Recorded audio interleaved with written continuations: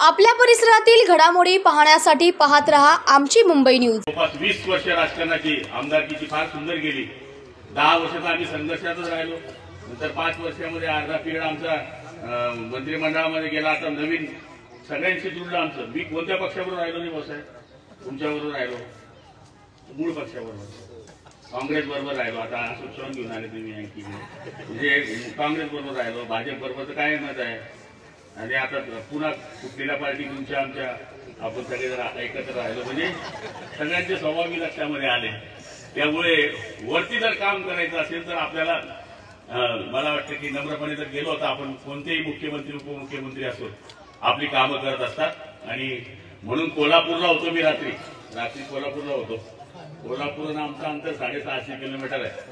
ते काटत सकाळपर्यंत इकडे पोहोचलो आणि म्हणलं आपण जर या कार्यक्रमाला गेलो नाही तर मग आपली बी काही खैर नाही। तिच्या आम्हाला पहिलेच सांगून टाकलंय, आता ध्यान ठेवજો बाबा, तकलीफ नको देऊ सांगायचा अर्थ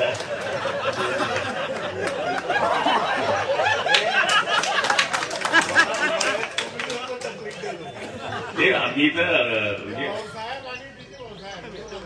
म्हणजे एक विनोदाचा भाग सोडा। आपल्याला आहे ना आता हे दुश्मनी करायची तर जिंदा दिल करायची आणि दोस्ती बी करायची तर जिंदा दिल करायची, या विचारात आम्ही कार्य करताय।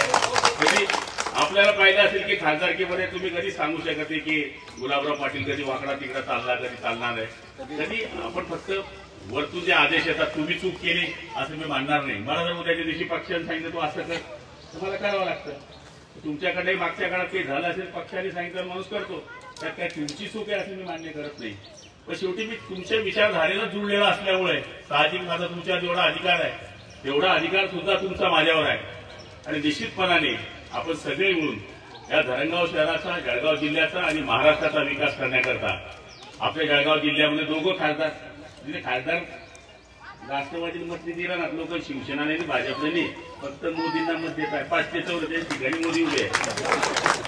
मला अशी फॉर्म भरण्याने मी निवडी येतो, काय म्हणणं आहे तुमचं? परिस्थिती आहे बरोबर आहे की नाही? लोक काही बघणार नाही, काही बघणार नाही। तिथे जर कधी चंद्रशेखर वल्लू बघून दिलं तिथे मी खासदार होऊन जातील, मी खासदार होऊन जाईल, काय शेवटी लोक आहे ना वरती बघून मत देणार आहे। गुलाबराव पाटलाकडे बघून मत देणार नाही, शेवटी आपल्या पंतप्रधानाकडे बघून मत देणार आहे। आणि जे आम्हाला हवं होतं, मी कालच्या अधिवेशनात पण बोललो, शिवसेनेच्या अधिवेशनात बोललो, जे आम्हाला हवं होतं, बाळासाहेबांना हवं होतं ते करून दिलं ना आम्हाला। बाळासाहेबांना पाहिजे होतं की राम मंदिर, आमचे उद्धव साहेब नेहमी म्हणायचे पहिले मंदिर फिर सरकार, झालं ना मग आता मंदिर बी झालं सरकार बी झालं, आता काय राहिलं म्हणायचे की नाही? पहिले मंदिर बाद में सरकार, आता मंदिर बी झालं सरकार बी आलं। 370 म्हणायचे बाळासाहेब की मला 1 दिवसाचा पंतप्रधान करा, 1 दिवसाचा करा, मी सगळं करून टाकेल। तेच मोदीजींनी केलं, आम्हाला तेच पाहिजे, त्याच विचारधाराचे आम्ही आहोत। आमची मुंबई, आवाज महाराष्ट्राचा। आमची मुंबई न्यूजला लाईक करा, शेअर करा, कमेंट करा आणि सबस्क्राईब करा।